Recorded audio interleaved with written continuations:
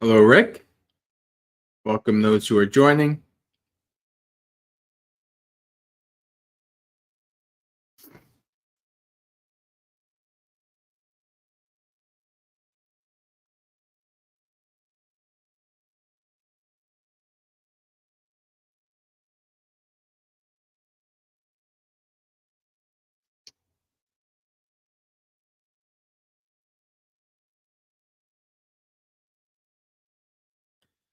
As usual, we'll give it some minutes for people to join in.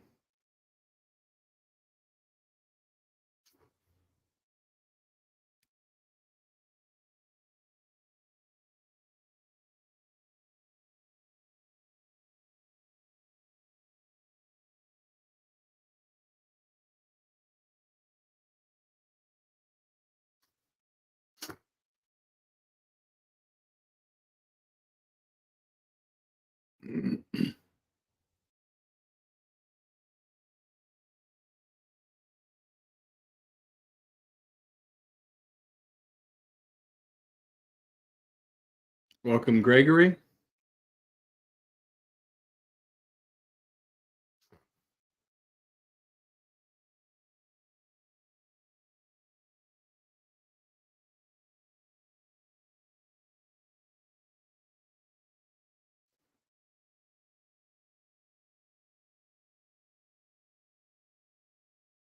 Hello, Cameron. Welcome.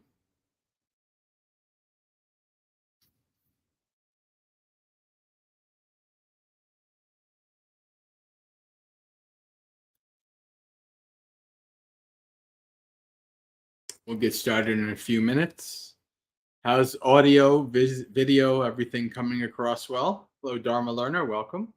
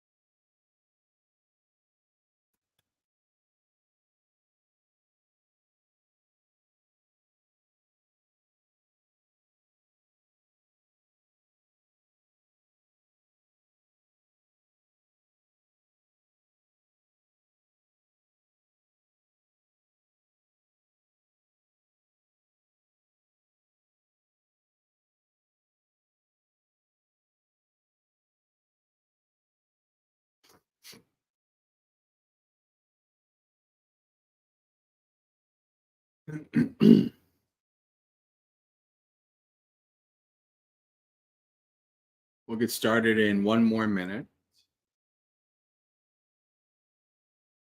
Welcome to those who are joining. If you like, please feel free to say hello in the chat. Hello, Jayantha and Karuna. Welcome, both of you.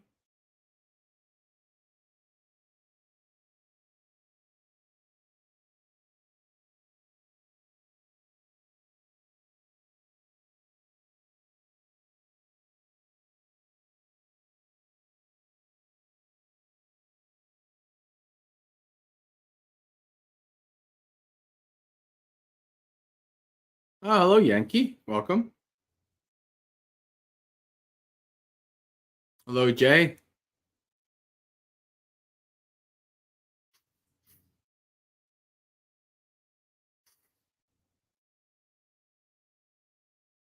All right. I think we can get started. Let's start with our beginning chant, as we usually do.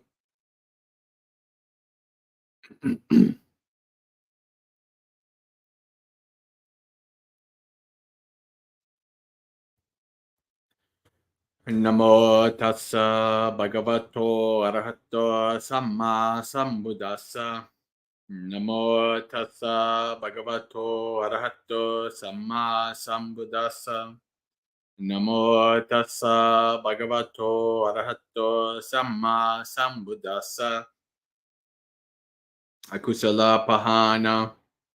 Akusalang bhikkave pajjahatta sakka bhikkave akusalang pajjahitung No chetang bhikkhave sakka bhavisa kusalang pajjahitung nahang evang vadeyang akusalang bhikkhave pajjahatati yasma chako bhikkhave sakka akusalang pajahitung tasmahang evang vadami akusalang bhikkhave pajjahatati akusalang chahidang bhikkhave pahinang ahitaya dukkaya samvattaya nahang evang vadeyang akusalang bhikkhave pajjahatati yasma chako bhikkhave akusalang pahinang hitaya sukhaya samvattati tasmahang evang vadami akusalang bhikkhave pajjahatati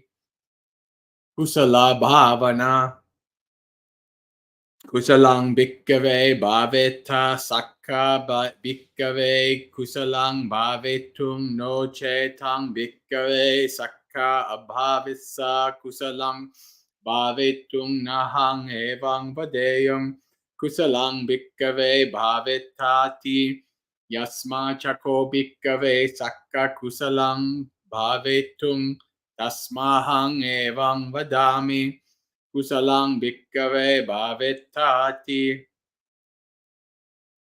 kusalang chahidang bhikkhave bhavitang ahitaya dukkhaya samvatteya nahang evang vadeyang kusalang bhikkhave bhavetati yasma chako bhikkhave kusalang bhavitang hitaya sukhaya samvattati tasmahang evang vadami kusalang bhikkhave bhavetati. All right, English. Abandoning unskillfulness. Bhikkhus, give up unskillfulness. It is possible to give up unskillfulness. If it were not possible to give up unskillfulness, I would not say, Bhikkhus, give up unskillfulness. Since it is possible to give up unskillfulness, I say, Bhikkhus, give up unskillfulness.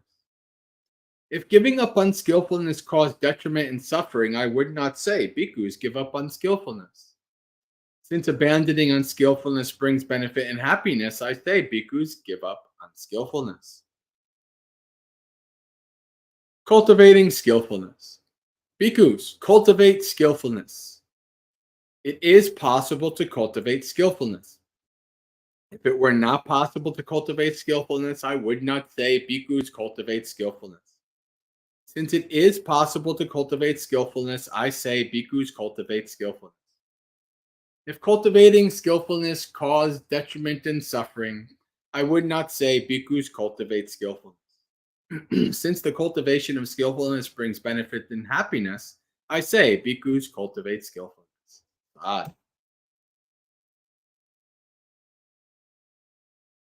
All right, friends. Well, welcome. It is Monday night here on the East Coast of America, and that means 7 p.m. New York time. That means it is time for another 2-hour festival of Dhamma with the Maggasekha community, Dhammapalooza. Dhammapalooza is, as always, a community-guided event, which means that you don't just come on and you hear me talk for 2 hours. This is an event that is always guided by your input. What that means is I don't know what topic it is, what I don't know what we're going to do about. I don't know if we're going to have a lot, like last week was basically all questions and answers. The couple weeks before that, we read suttas because there wasn't that many questions. Each Dhammapalooza is different. Maybe this week you might have a topic you'd like me to give a Dhamma talk on. Right? So we don't know what Dhammapalooza is going to turn out to be. And we'll see what happens. So right now in the chat, as we get started, if you have any questions you'd like me to answer, if you have any topics you'd like me to give a talk on, if you have any topics you'd like the community to discuss, you can put those in the chat. Otherwise, as I always do, I have a sutta in my back pocket. So if there is nothing, we could always read suttas. I do see there's a few things already. Hello, Jayantha. Karuna, I already said hello. Okay, Jay, Dharma, Metika. Okay, welcome, Metika. Welcome, Visaka.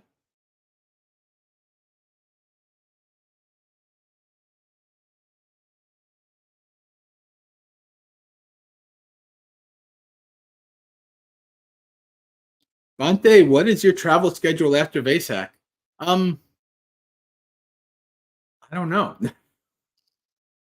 So I'm planning right now. It looks like I'm going to be in Colorado most of November.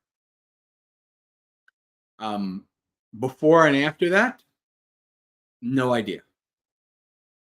Um, there's always some irons in the fire for next year that there's places I can stay that I'm working on. I'm going back to California again, obviously, going to again to Colorado. Now that I have more contacts and places to stay in Colorado, I'm going to try to be spending more time out there, like weeks and months, even maybe, as I kind of build my connections and move and look towards moving out there eventually. But small baby steps first. Right now, this will be my first time being out there for a month. Um, but yeah, other than that, I don't really have any other major plans for the rest of this year. So we'll see what turns up. There's always lots of possibilities and supposed to be's and things like that. But then most of the time it doesn't pan out or it gets pushed back or something like that. Supposed to go to Sri Lanka, supposed to go to Canada, then things happen. It's just the way it goes. Well, maybe next year. We'll see.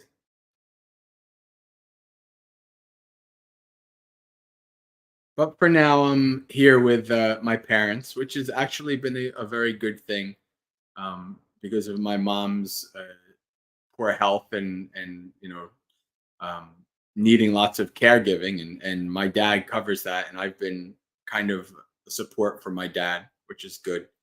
Um, so in the nomad life, it kind of seems to be like you end up where you need to be. That's just how it goes.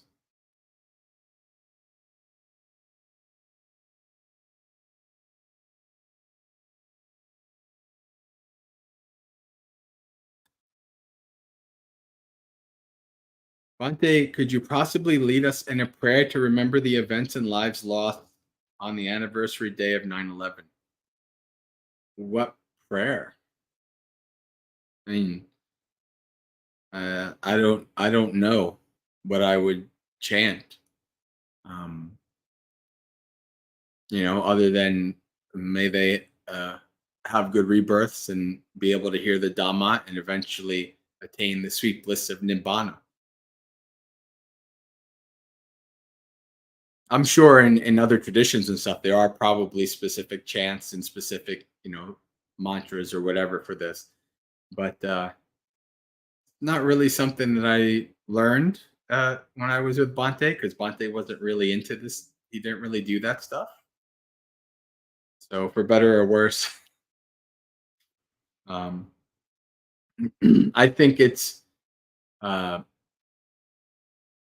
for those of you who were alive and watched it live on TV, like I did.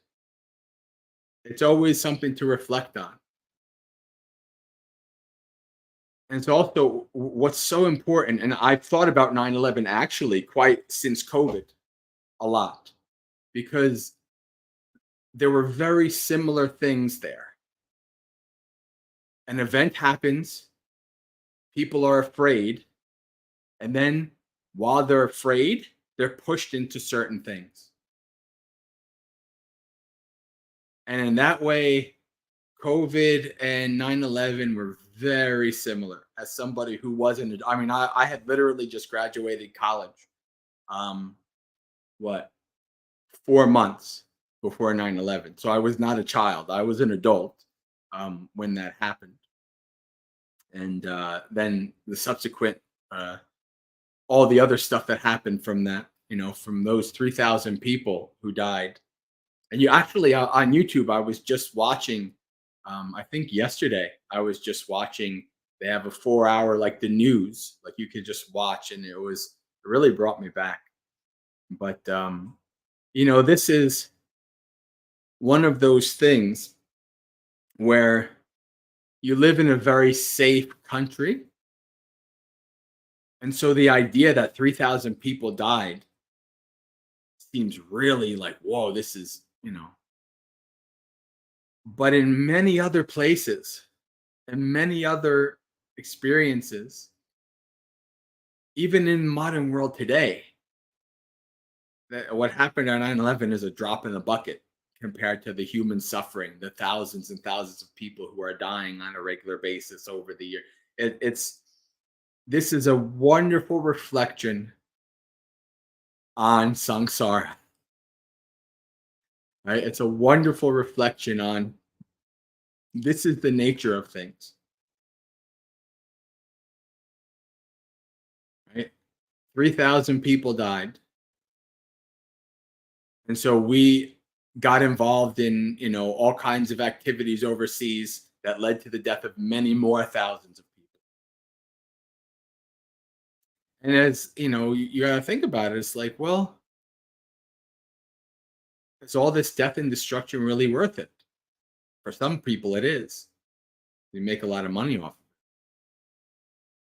but not really for the people who died and their families, right, and their loved ones. But this is the nature of samsara. It's a damned if you do, damned if you don't situation where you can't get out, you're not getting out of it clean.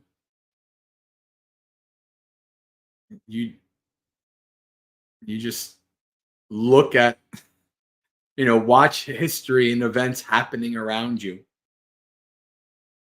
And yeah, I'm from New Jersey, so this is very close to me. I knew people who worked in the towers and things like that. Thankfully, no one close to me died.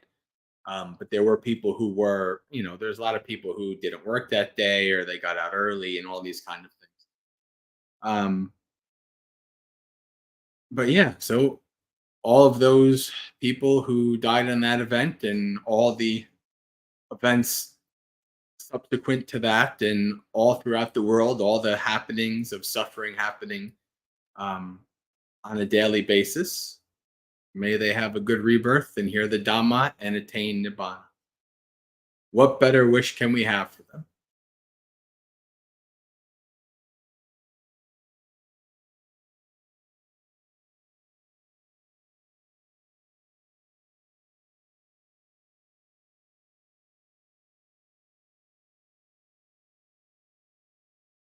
Karuna says, we miss you at Empty Cloud. Yeah, well,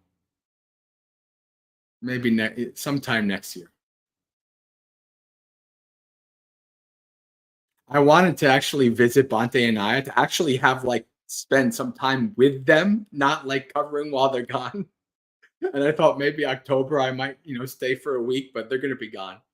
And Bante is like, they're trying to obviously, find people, monks who can cover, but I can't cover into November because, you know, they'll find somebody to cover so they can so that Bante can go to Italy, I'm sure. But so well, I don't know, maybe not. I don't know how long, if at all, I'll be at Empty Cloud in October. Probably not at all. We'll see. But yeah. Rick says, can you share some reflections on how much to use the will to direct our practice and how much to let go and trust the process? You can use the will a lot. The issue is skillful, wise application of the will. And knowing when and where to use the will and the limitations of using the will. And this takes time and practice. Right? I what most people think about using the will when it comes to the practice is over this life and many lifetimes you have developed habits and mind states, and then you decide to be a meditator and it's like, I'm going to use my will to stop those. And it's like a person getting in front of a train and saying stop and getting ran over by the train. Right? In that case, the will was useless, absolutely useless. They used it and they tried to use the will in a very unskillful and silly way.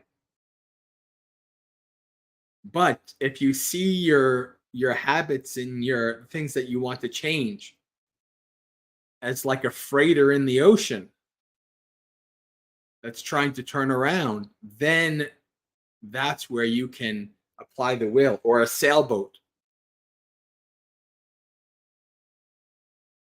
And what I mean by that is you will start to see little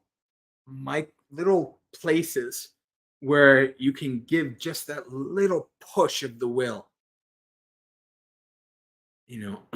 I'm not going to accept this thought. I'm going to starve this. I'm going to feed that. These little micro applications of will are like adjusting the sails, slowly turning. And when you're able to use the will in that way, then you'll start to get somewhere. Because willpower is limited.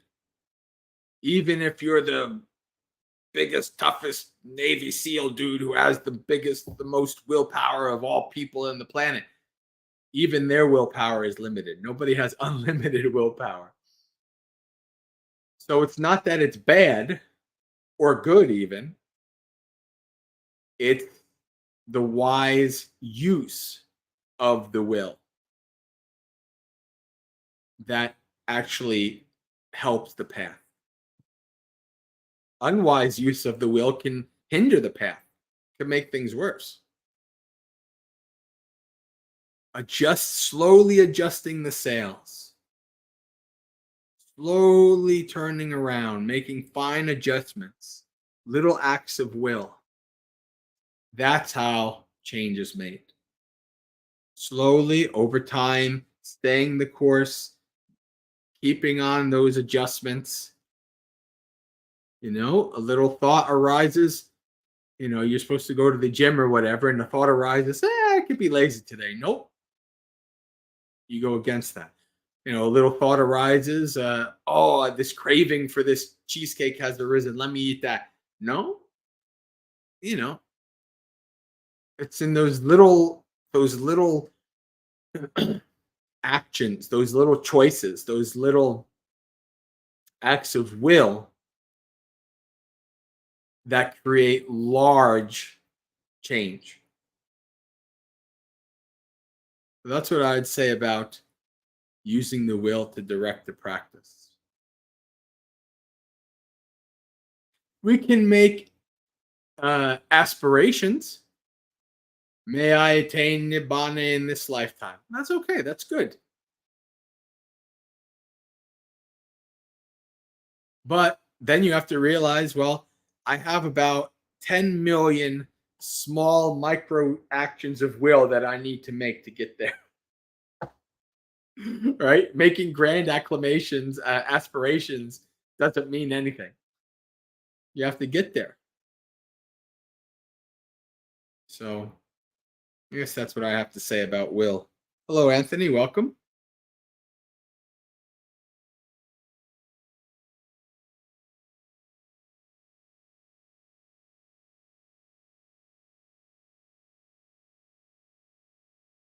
Hello, Jennifer.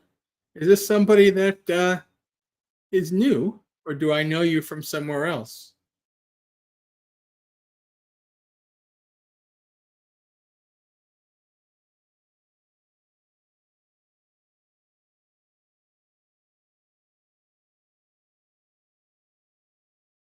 Oh, hello, Bill. Bill Stewart. I think this is a person I also am not familiar with.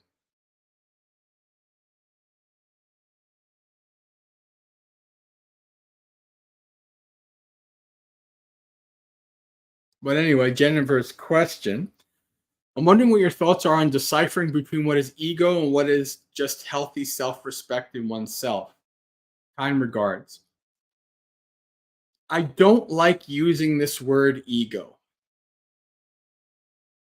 because it gets lost in the weeds. There is a very specific meaning to what ego is in Freudian, id, super ego, superego. Now, when people kind of use it, they end up using it in a very nebulous way. And I can maybe tell by the context of this question that you mean the ego as in like feeling very kind of like, overconfident and you know, like an arrogance maybe or narcissism. I guess that's where the question is coming from. Um, but yeah, I tend to stay away from using that word um, because it is so confusing and contextual and these things. So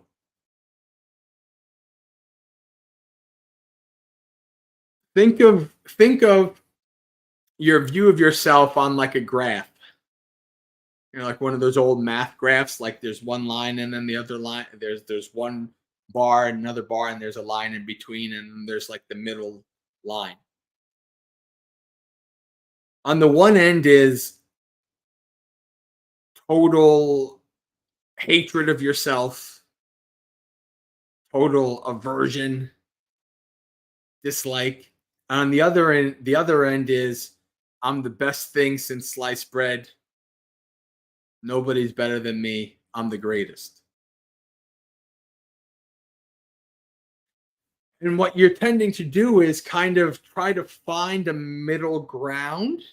That's what you're trying to do. Because both of those extremes are not helpful because they're not really reality. They're not seeing things as they are, and they're not helpful towards progression. There will be times where you might are in this kind of very depressive, fault finding, really aversive mind state where you need to practice what the Buddha calls silanusati, reflecting on your good deeds, reflecting on your goodness. That's important to kind of bring you back to the middle. If you go too far and you're like, I am the best, my sila is great, I'm such a good Buddhist, then you've gone too far, probably. So you say, oh, well, no, you're not perfect. Yeah, remember that and remember this, and you just kind of come back to the middle. So it's a matter of seeing things in a realistic, balanced way, not in a completely aversive or a completely, aggrandizing. That's what I would say.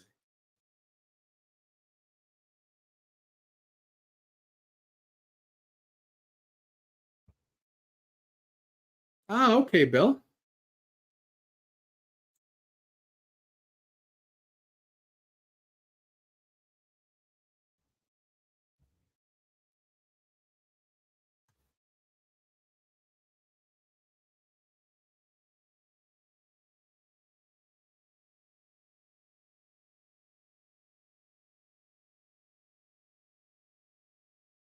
Karuna, the way you talk about 9/11 seems like you're about my age. Seems like you're already an adult. I guess it's just that you look young.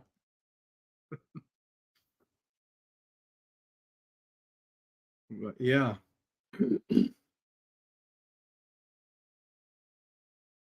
All right.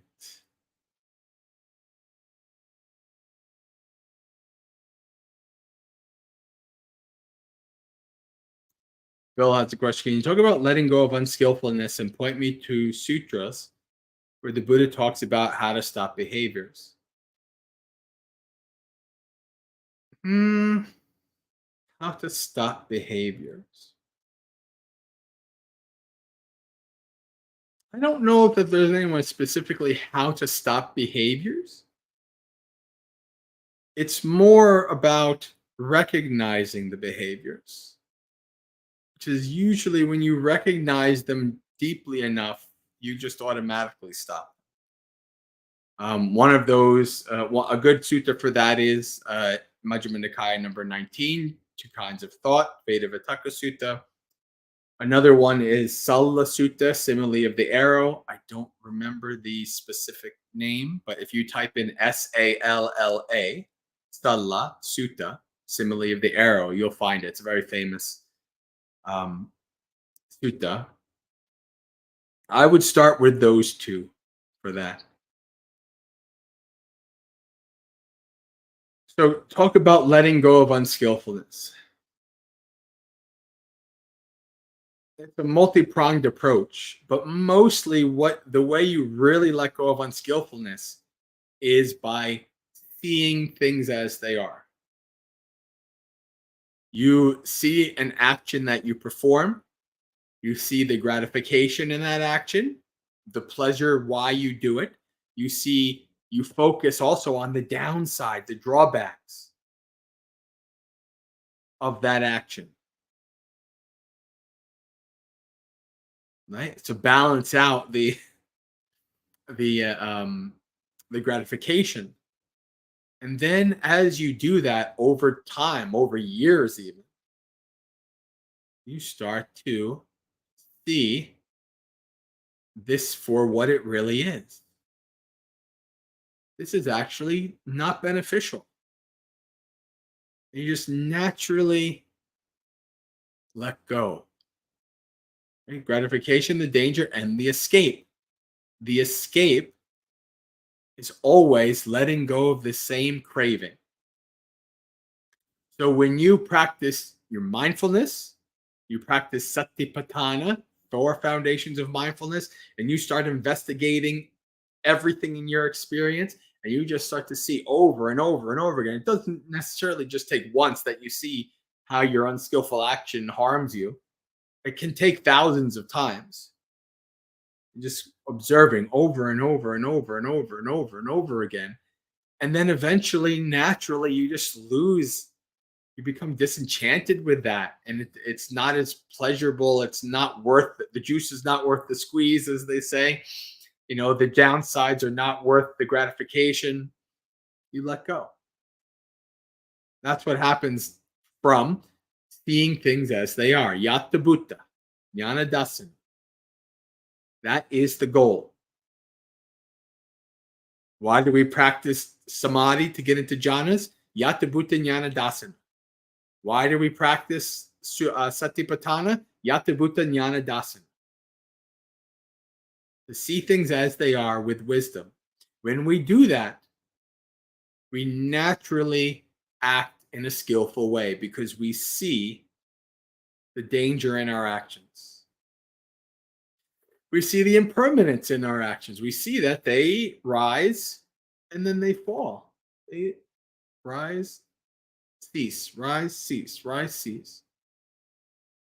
And you use that to your advantage to develop the skillful, as we chanted right at the beginning of this today, and to abandon the unskillful. That is how we let go. You can't let go by force of will. If you let go by force of will, you'll let go for a little bit. A minute, an hour, a day, a week, maybe even a year. But Mara will find a way and you'll fail. Because you didn't do it with wisdom power. You did it with willpower. 2 very different things.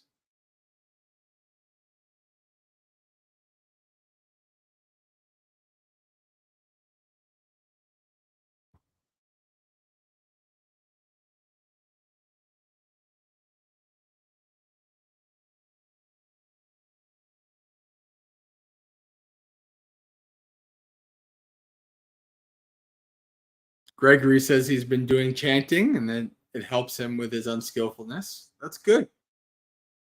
Very good.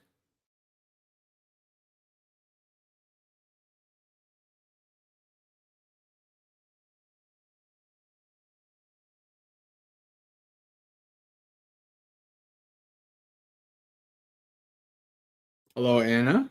Welcome.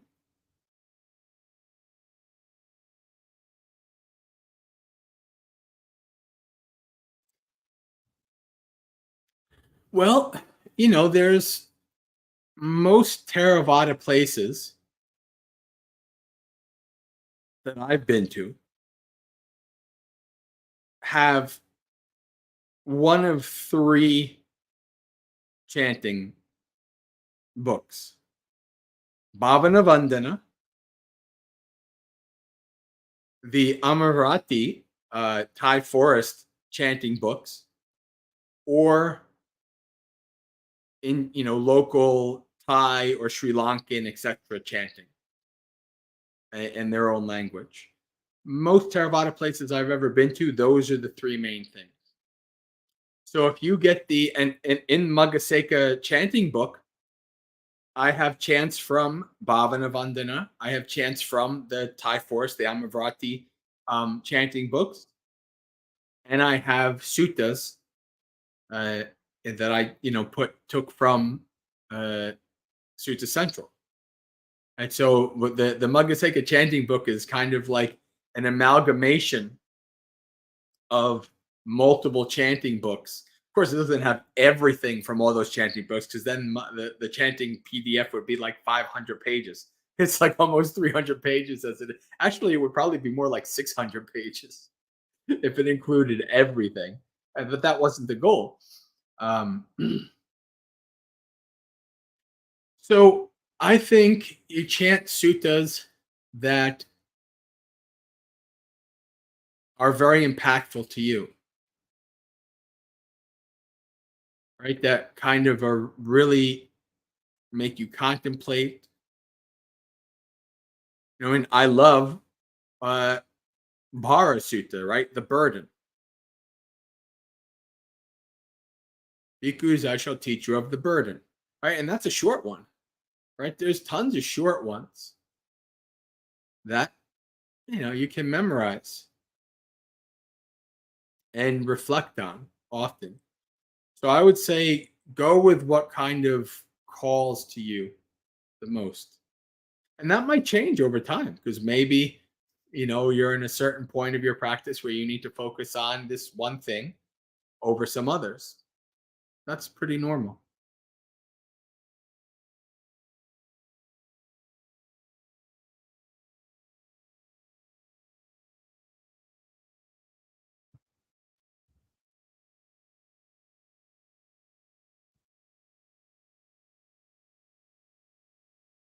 All right. So I seem to have come to the end of the chat, the end of questions. Oh, let's see here.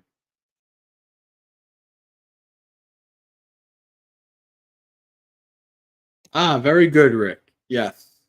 So Rick was able to let go by reflecting on the gratification, danger, and the escape.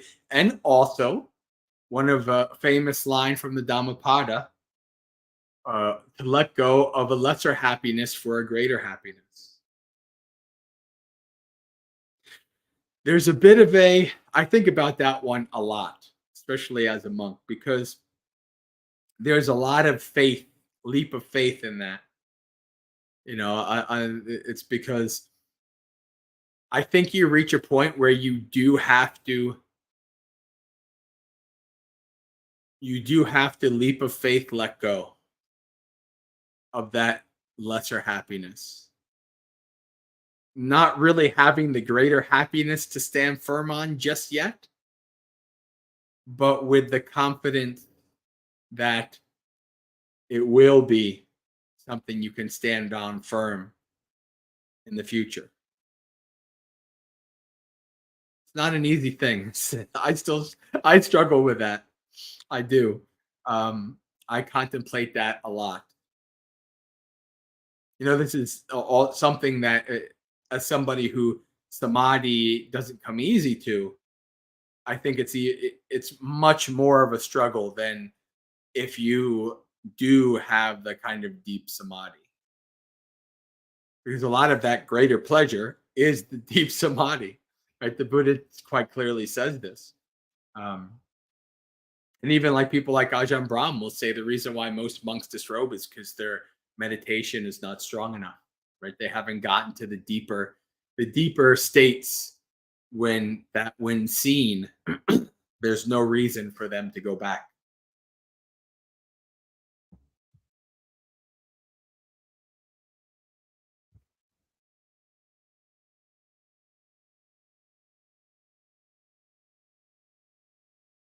Thanks. Most suttas are hard to chant though. Oh yeah, have you I mean you're with me every morning at Morning Monastery Experience, right? You see that some of those, some of those chants I mess up.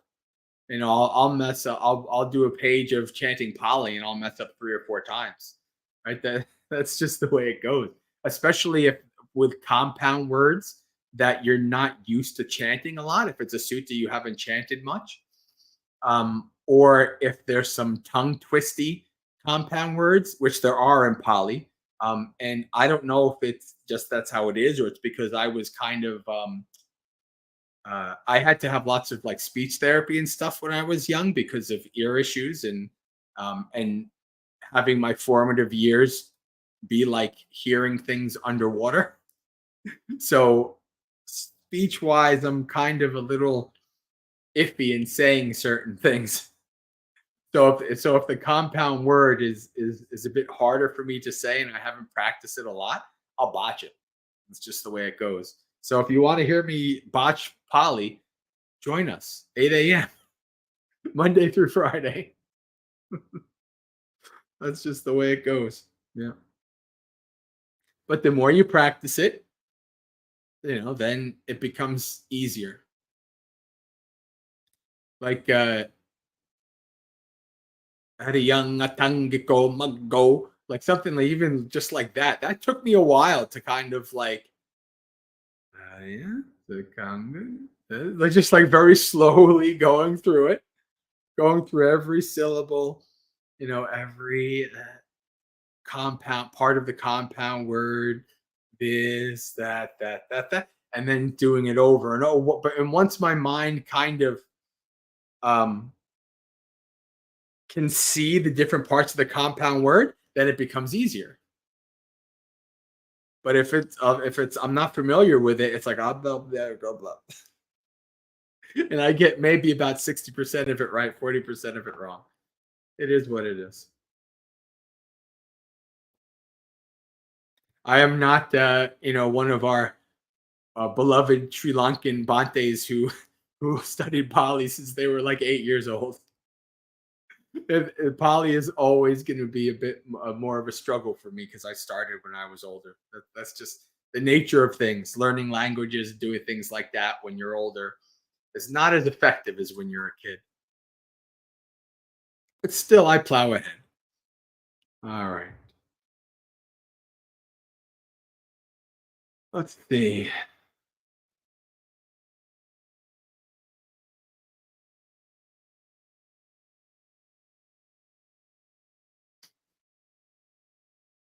Yeah, and well, becoming a monastic is about letting go, and you're letting go more than the average person.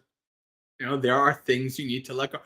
I would love nothing more than to be able to go just run in the woods. I mean, technically, I still can, as long as it's not in public. I could, but I used to just love just running through the woods.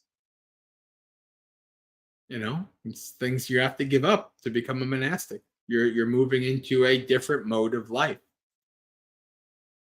renouncing the lesser happiness for the greater.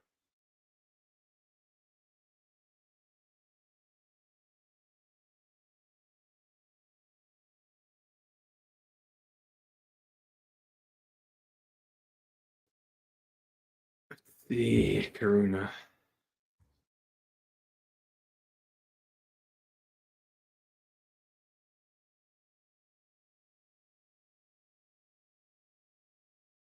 Getting out of bed is a major one.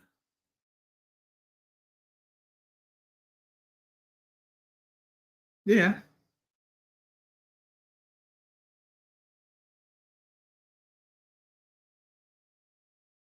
It's very easy to kind of fall into this like not nihilism maybe, but this kind of like, oh, another day. Oh, I have to get out of bed. Even for monks, it's kind of like, is this all there is?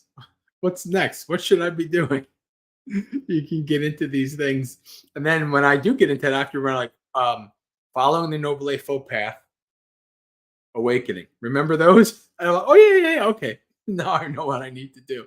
So sometimes you just have to remind yourself and make sure that you have remind yourself of your goals. You say you need to reflect on cultivating future paramis and releasing defilements, etc. Yeah. Immediate drawbacks just don't do it for me. Keep looking.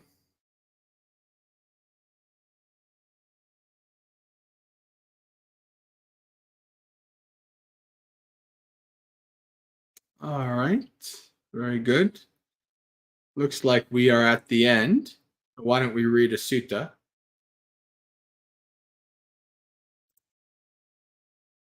I forgot who suggested this like 3 weeks ago, but why don't we read it? Let's see.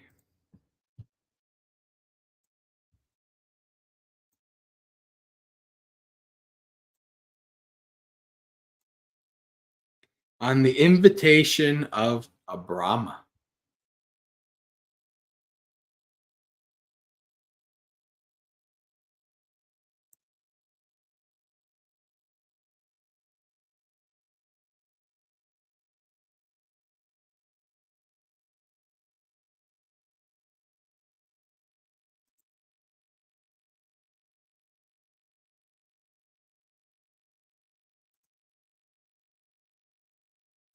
So I have heard. At one time, the Buddha was staying near Savatthi in Jeta's Grove, Anathapindika's monastery. There, the Buddha addressed the mendicants. Mendicants, venerable sir, they replied. The Buddha said this. At one time, mendicants, I was staying near Ukatta in the Subhagga forest at the root of a magnificent sal tree. Now, at that time, Baka the Brahma had the following harmful misconception. This is permanent. This is everlasting. This is eternal. This is whole. This is imperishable. For this is where there's no being born, growing old, dying, passing away, or being reborn. And there's no other escape beyond this. Then I knew what Baka the Brahma was thinking. As easily as a strong person would extend or contract their arm, I vanished from Subhagga forest and reappeared in the Brahma realm. Baka saw me off in the distance and said, "Come, good sir." "Welcome, good sir. It's been a long time since you took the opportunity to come here. For this is permanent. This is everlasting. This is eternal." So this is a Brahma, not Brahmin.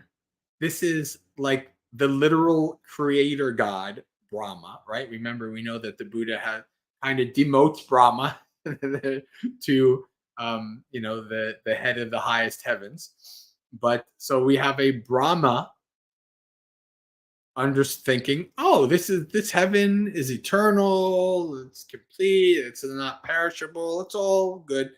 We see this many places where the Buddha kind of has to break the news to like devas and things like that, and they freak out a bit.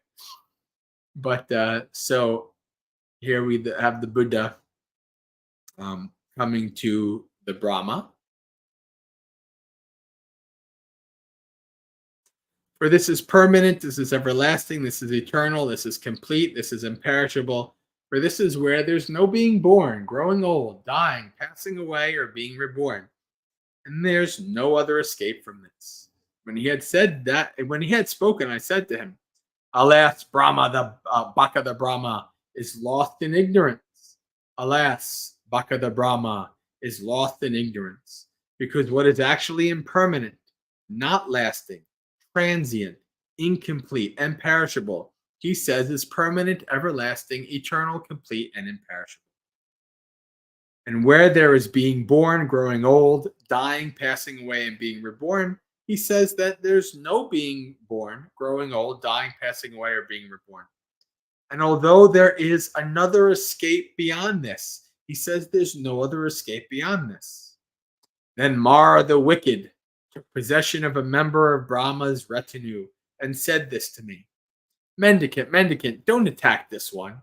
Don't attack this one, for this is Brahma, the great Brahma, the vanquisher, the unvanquished, the universal seer, the wielder of power, God Almighty, the maker, the creator, the first, the begetter, the controller, the father of those who have been born and those yet to be born. There have been ascetics and Brahmins before you, mendicant, who criticized and loathed earth, water, air, fire, creatures, gods, the progenitor, and Brahma. When their bodies broke up and their breath was cut off, they were reborn in a lower realm. There have been ascetics and Brahmins before you, mendicant, who have so this is, if I'm not mistaken here, this is Mara telling this to the Buddha, which is never a good idea. It's not a good idea, but it is what it is. All right. There have been ascetics and Brahmins before you, mendicant, who praised and approved earth, water, air, fire, creatures, gods, progenitor, and Brahma. When their bodies broke up and their breath was cut off, they were reborn in a higher realm. So, mendicant, I tell you this. Please, good sir, do exactly what the Brahma says.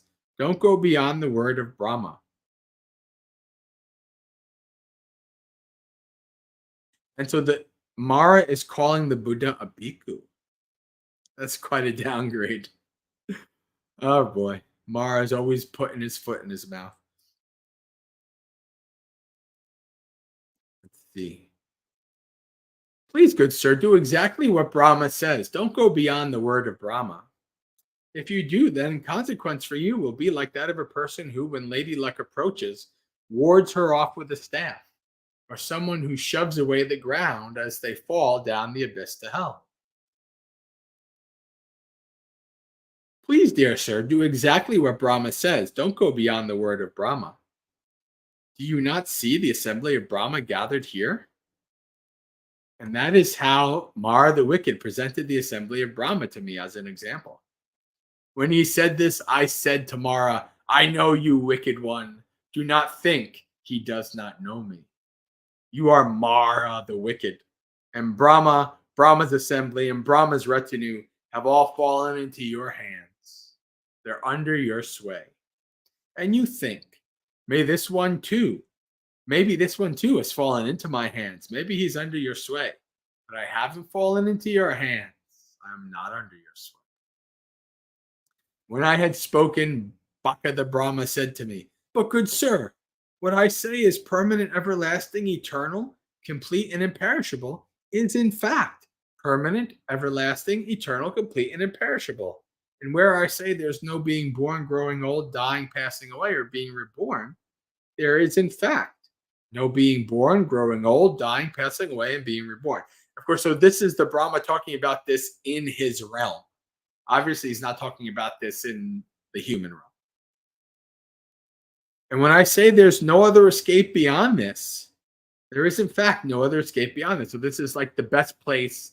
There's nothing better beyond this. There's no escape. This is the best place. This is the place to be.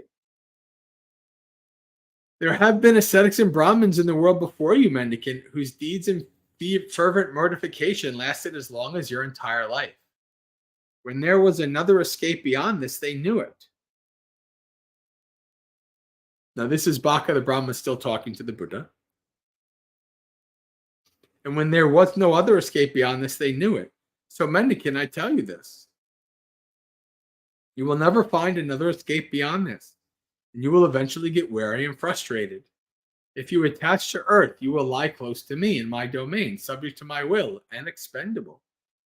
If you attach to water, fire, air, creatures, gods, the progenitor, Brahma,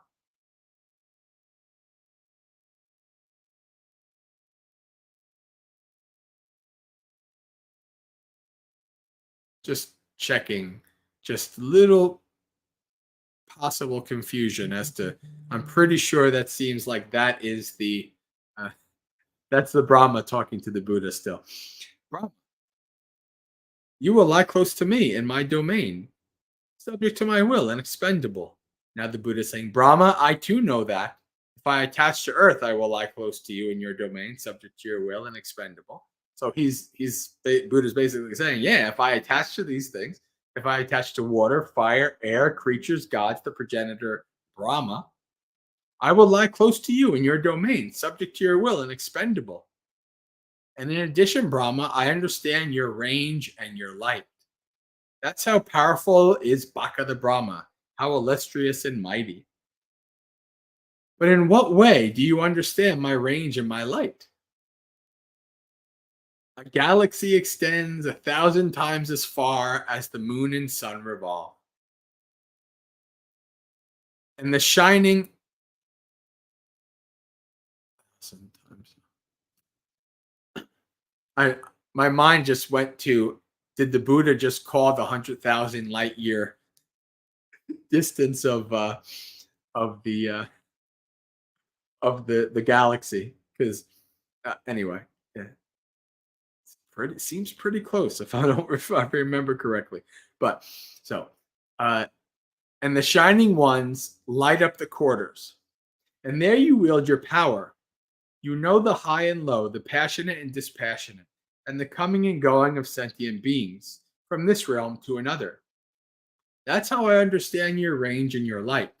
But there is another realm you don't know or see, but I know it and see it. There is the realm named after the gods of streaming radiance. You passed away from there and were reborn here. You've dwelt here so long that you've forgotten about that. So you don't know it or see it, but I know it and see it.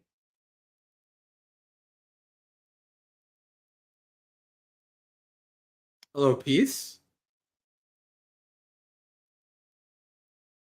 Hello, our friend from Twitch, Jill Longo. We are reading a sutta.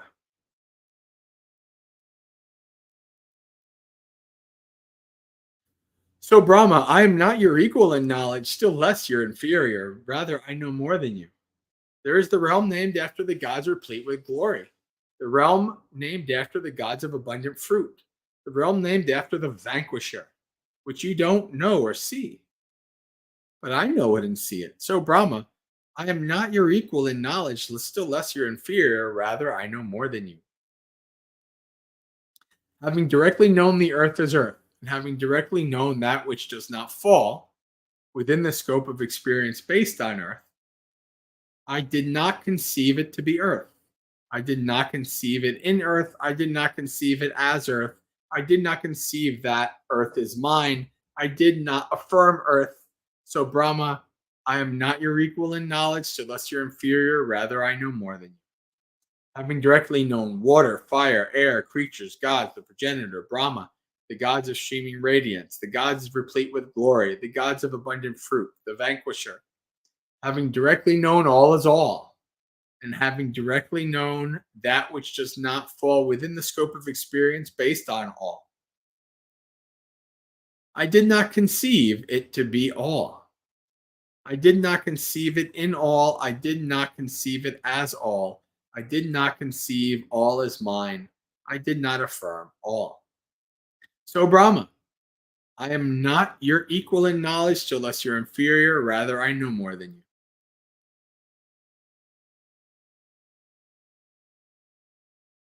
And so now Brahma responds, well, good sir, if you have directly known that which is not within the scope of experience based on all, may your words not turn out to be void and hollow. Consciousness that is invisible, infinite, mere, entirely given up.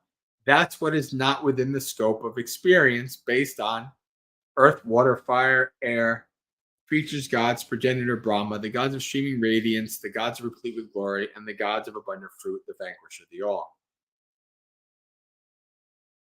Now this is Brahma saying that, okay, all of this is not is impermanent, but consciousness is infinite. So the Brahma is saying, okay, yeah, you're right about this, but no, this is permanent, infinite, Nietzsche, etc. Well, look now, good sir, I will vanish from you. All right, then, Brahma, vanish from me if you can. Then Baka the Brahma said, I will vanish from the ascetic Gautama. I will vanish from the ascetic Gautama. But he was unable to vanish from me. So I said to him, well, look now, Brahma, I will vanish from you. All right, then, good sir, vanish from me if you can. Then I used my psychic power to will that. My voice would extend so that Brahma, his assembly, his entire his retinue would hear me, but they would not see me. And while invisible, I recited this verse. Seeing the danger in continued existence, that life in any existence will cease to be, I didn't welcome any kind of existence and didn't grasp at relishing. Then Brahma, his assembly, and his retinue, their minds full of wonder and amazement, thought, oh, how incredible, how amazing. The ascetic Gautama has such psychic power and might. We've never before seen or heard of any other ascetic or Brahmin with psychic power and might like the ascetic Gautama, who has gone forth from the Sakyan clan. Though people enjoy continued existence, loving it so much, he has extracted it, rooted it, and all. Then Mara the wicked took possession of a member of Brahma's retinue. Here comes Mara again, and said this to me. If such is your understanding, good sir, do not present it to your disciples or those gone forth. Do not teach this Dhamma to your disciples or those gone forth. Do not wish this for your disciples or those gone forth. So this is Mara again saying, don't ruin our fun. Don't tell this to anybody. Go away. Be silent. There have been ascetics and Brahmins before you, mendicant, who claim to be perfected ones, fully awakened Buddhas. This is Mara talking to the Buddha again. They presented, taught, and wished this for their disciples and those gone forth. When their bodies broke up and their breath was cut off, they were reborn in a lower realm. But there have also been other ascetics and Brahmins before you, mendicant, who claim to be perfected ones, fully awakened Buddhas. They did not present, teach, or wish this for their disciples and those gone forth. So he's talking about Pacceka Buddhas, silent Buddhas. When their bodies broke up and their breath was cut off, they were reborn in a higher realm. All right, maybe he's not talking about Pacceka Buddhas, somebody who just thinks that. So, mendicant, I tell you this, please, good sir, remain passive, dwelling in blissful meditation in present life, for this is better left unsaid, good sir. Don't instruct others. It could go worse, bad for you if you instruct others. Mara's argument's not that good. When he had spoken, I said to Mara, I know you, wicked one. Do not think he doesn't know me. You are Mara the wicked. You don't speak to me like this out of compassion, but with no compassion. For you think, those who the ascetic Gautama teaches will go beyond my reach. Those who formerly claimed to be fully awakened Buddhas were not in fact fully awakened Buddhas. But I am. The realized one remains as such whether or not he teaches the disciples. The realized one remains as such whether or not he presents the teachings to disciples. Why is that? Because the realized one has given up the defilements that are corrupting, leading to future lives, hurtful, resenting, and resulting in suffering and full, future rebirth, old age, and death. He has cut them off at the roots, made them like a palm stump, obliterated them so they are unable to arise in the future. Just as a palm tree with its crown cut off is incapable of future growth, the realized one has given up the defilements that are corrupting, leading to future lives, hurtful, resulting in suffering and future rebirth, old age, and death. He has cut them off at the root, made them like a palm stump, obliterated them so they are unable to arise in the future. And so, because of the silencing of Mara, and because of the invitation of Brahma, the name of this discussion is On the Invitation of Brahma.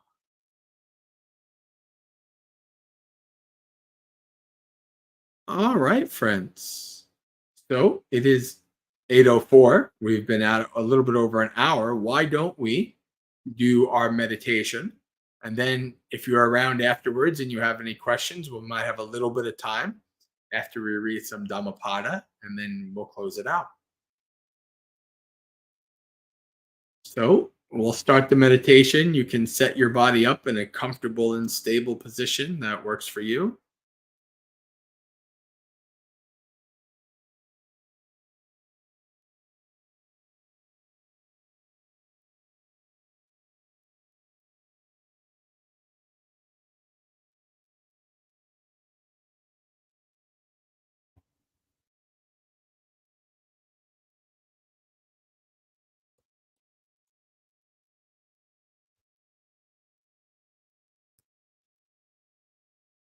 We'll do a mindful scan of the body, starting from the feet, moving up to the head. Place your focus and attention on your feet. By placing focus and attention, this means paying attention to whatever feeling or sensation is arising in that part of the body, such as the feeling of the feet pressing against the floor or the cushion.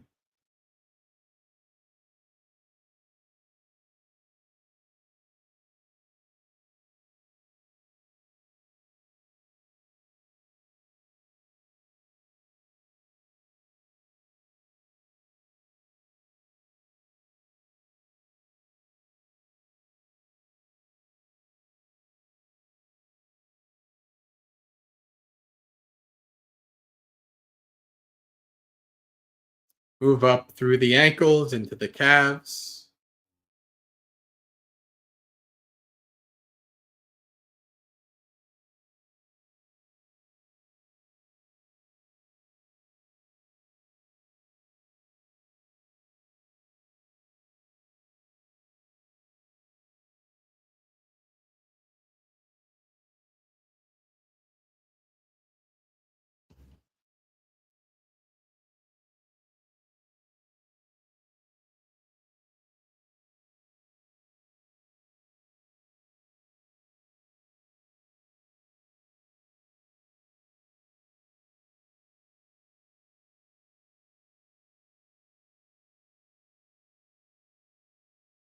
Through the knees and into the thighs.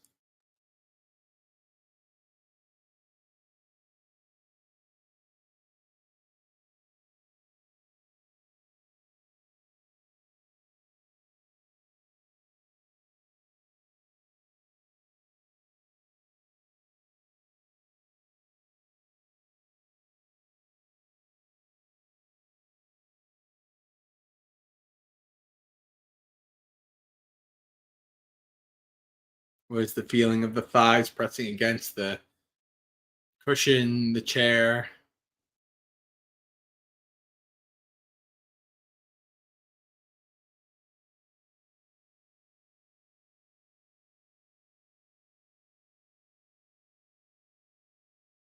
As you're scanning through, you're looking for small imbalances in your posture, small feelings of discomfort, and adjusting your posture as necessary. Small imbalances and feelings of discomfort now turn into greater pain later on. So now is the time to observe your posture and adjust as needed. Move as much as you need now so you can move as little as possible later.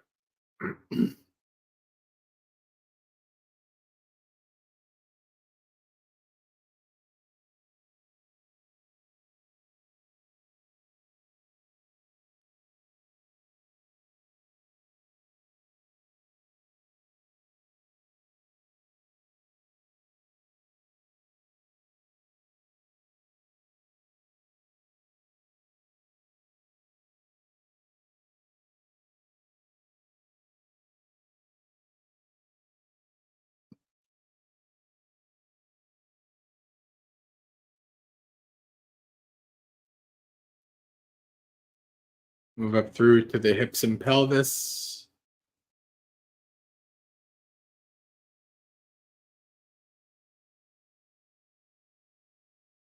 observing how the position of the pelvis impacts your posture.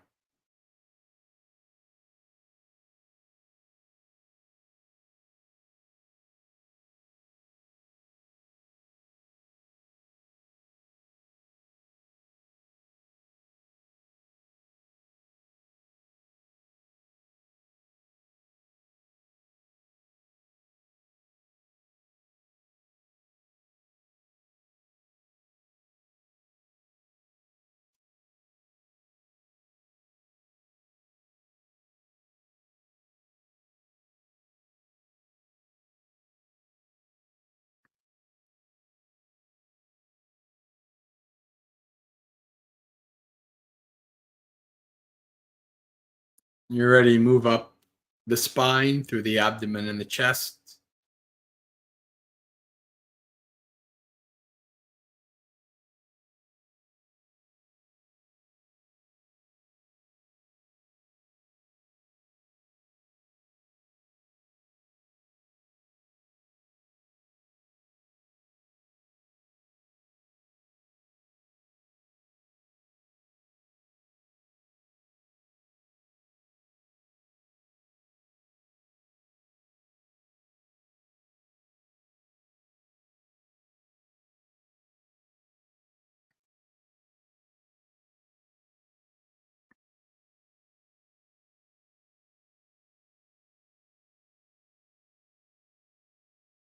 Up to the shoulders, making sure they're hanging loosely, not scrunched up and tight.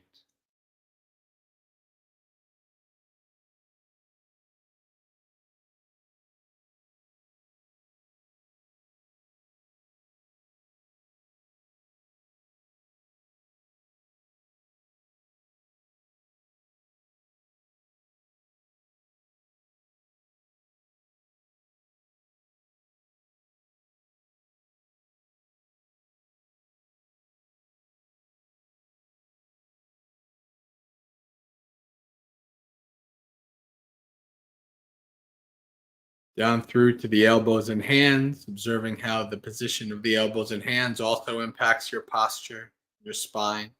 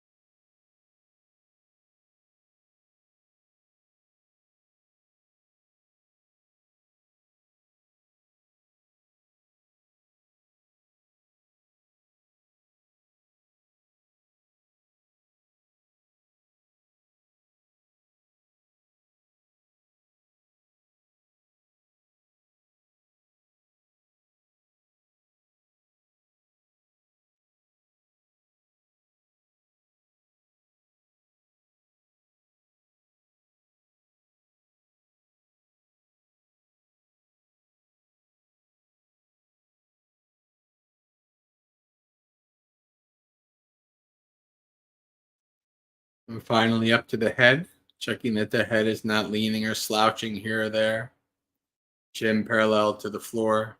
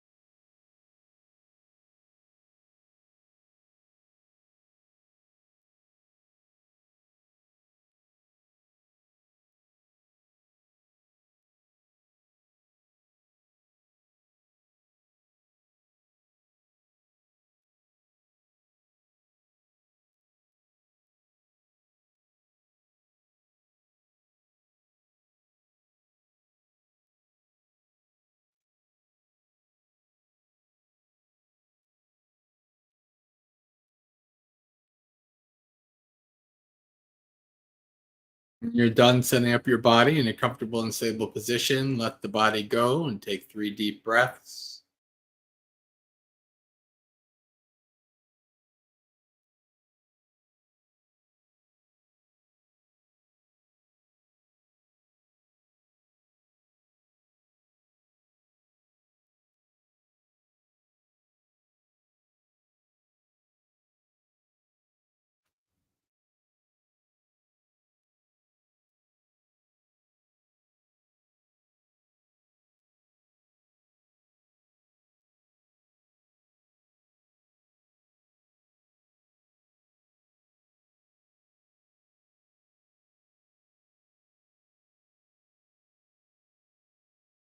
Then let the breath go.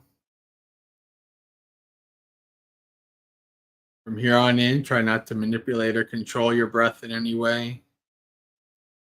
Remember, your body has been breathing from the moment you were born. Continue to do so until the second you die. Doesn't need you to do its job. Your job is to simply observe, investigate, and abide with the breath. As the body breathes in, the body breathes out.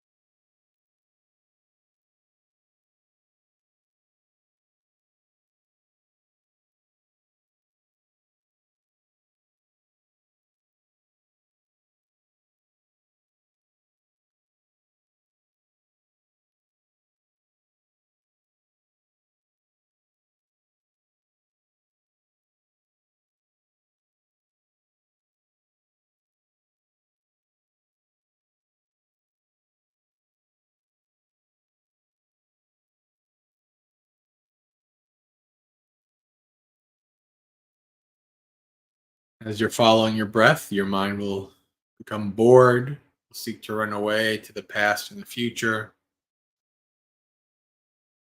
or an external distraction like a sound will arise and your mind will become attached to it, chase after it.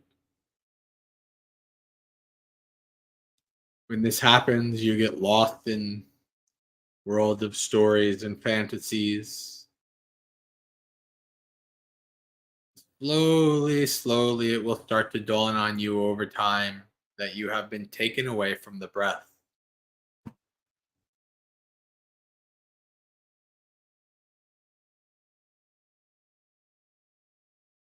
When this happens, fully acknowledge you've been taken away from the breath by neither.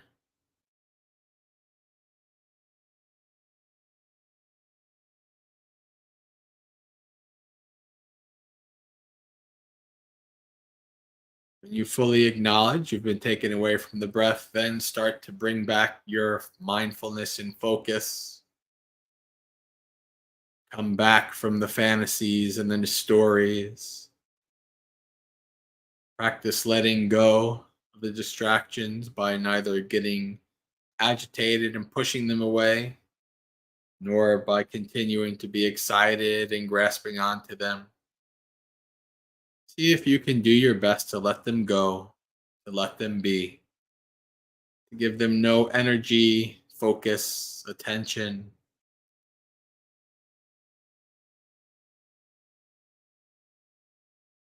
Let them go on their way and return to the breath.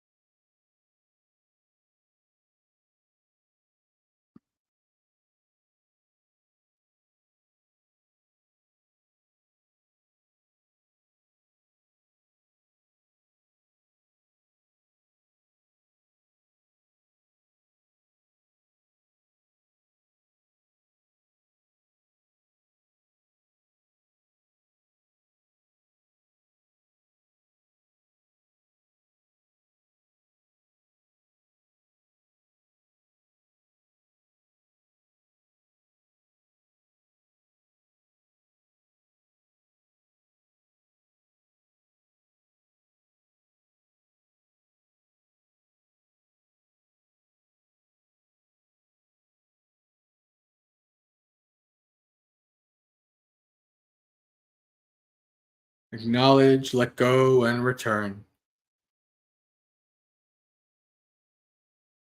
Always come back to the breath. The breath is home base. It's always there doing its thing, ready for you to come follow it towards a more calm and tranquil mind.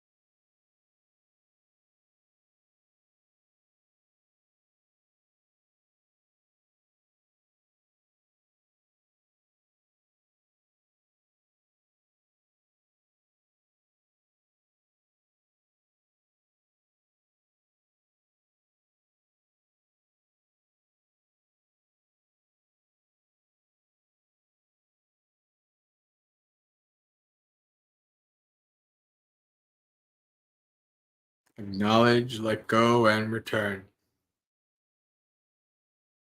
Come back.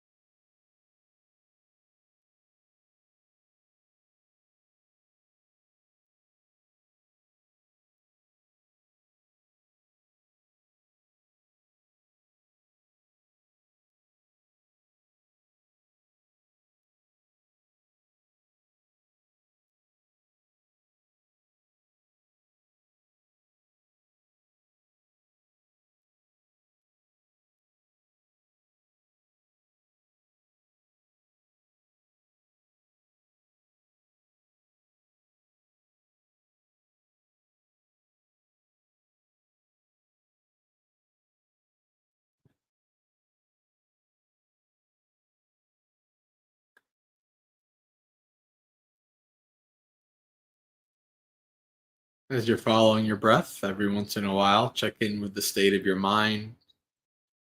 Is your mind becoming more calm and tranquil or not? As it does, you may begin to notice further characteristics of the breath. Sometimes the breath is long and deep, sometimes short and shallow. See if you can observe these deeper, more subtle changes, the flow of the breath, how it's changing from each in and out breath.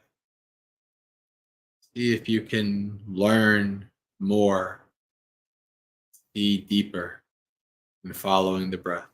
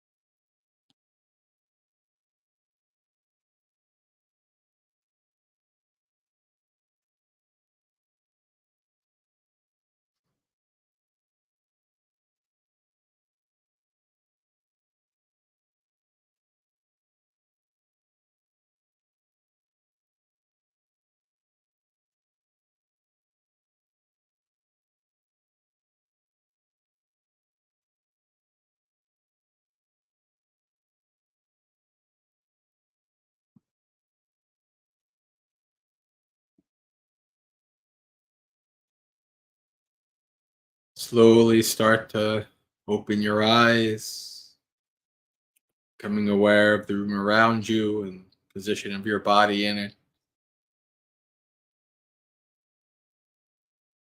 reflecting on the state of your mind before the meditation to now, and contemplating any experiences you may have had while we read some Dhammapada.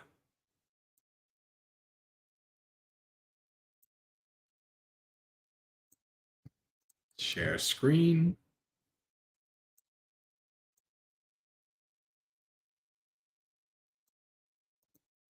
The mind. Just as a fletcher straightens an arrow shaft, even so the discerning person straightens their mind. So fickle and unsteady, so difficult to guard.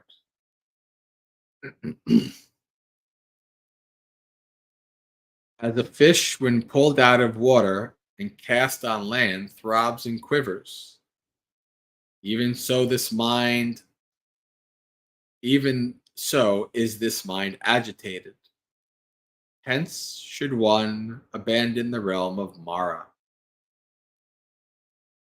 Wonderful indeed it is to subdue the mind, so difficult to subdue, ever swift, and seizing whatever it desires. A tamed mind brings happiness. Let the discerning person guard the mind, so difficult to detect and extremely subtle, seizing whatever it desires. A guarded mind brings happiness. Dwelling in the cave of the heart, the mind, without form, wanders far and alone. Those who subdue this mind are liberated from the bonds of Mara. Wisdom never becomes perfect in one whose mind is not steadfast, who knows not the good teaching and whose faith wavers. There is no fear for an awakened one, whose mind is not sodden by lust, nor afflicted by hate, and who has gone beyond both merit and demerit. Realizing that this body is as fragile as a clay pot, and fortifying this mind like a well fortified city. Fight out Mara with the sword of wisdom, then guarding the conquest, remain unattached. Ere long, alas, this body will lie upon the earth, unheeded and lifeless, like a useless log. Whatever harm an enemy may do to an enemy, or a hater to a hater, an ill-directed mind inflicts on oneself a greater harm. Neither mother, father, nor any other relative can do one greater good than one's own well-directed mind.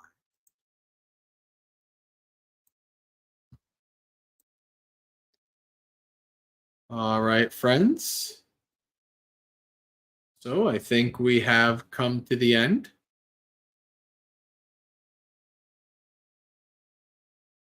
I'll bring up the banners for final business and do our sharing of merits and call it a night. So, friends, if this is your first time attending one of these sessions, you'd like to learn more about me and my organization, Maggasekha, you can go to the website scrolling on the bottom, maggasekha.org, MAGGASEKHA.org. This is a website where you will find all the activities I do with the organization. If you can go there and you'll see when I post a new article or when I post a new video, when a live stream, when a retreat is coming up. We have a retreat coming up in 2.5 weeks now, I think. Learning about the suttas and how to understand them and read them and practice them, etc.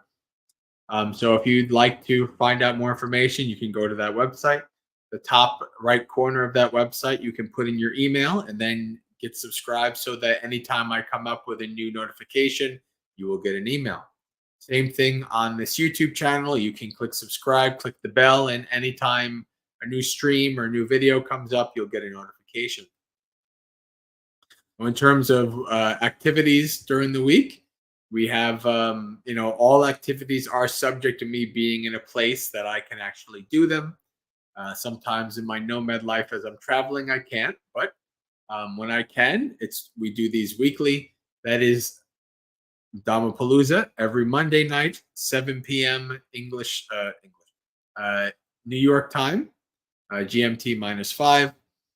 Then Monday through Friday at 8 a.m. New York time in the mornings. We'll be back again in about 11 hours for another stream on the channel. And we do our morning monastery experience. This is a half-hour program where the community comes together and we have a little bit of Dhamma before work, before the start of the day, where we do some chanting, some precepts, learning about the Dhamma a little bit, a little thought of the day, a little Dhamma talk to start out your day with Dhamma. So you're welcome to join us on the channel Monday through Friday, 8 a.m.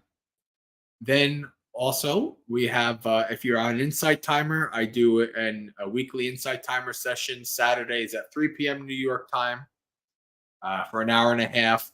Meditation, Dhamma talk, and Q&A. You're welcome to join us there. We also have an online community on a Discord program where we do Sunday nights. We read suttas together at 7 p.m. So the Discord program community is a community that is both based in the early Buddhist texts, both in study and practice. If that community sounds interesting to you, you can send an email to the email on the screen, maggasekha@gmail.com, and ask for an invite, and we'll send you an invite. I think that's about it for business. So why don't we share merit?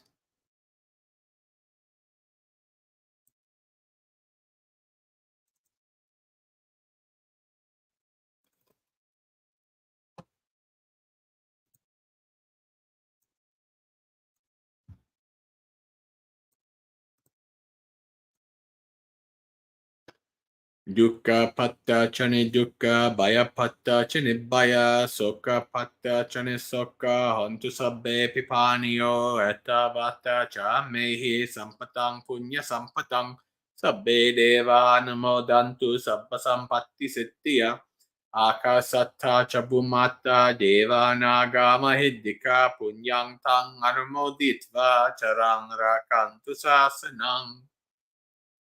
May the suffering ones be suffering free, and the fear-struck fearless be. May the grieving shed all grief, and may all beings find relief. May all beings share this merit that we've thus acquired for the acquisition of all kinds of happiness. May beings inhabiting space and earth, devas, nagas, and yakas of mighty power, share this merit of ours. May they long protect the Buddha's dispensation. Sadhu, sadhu.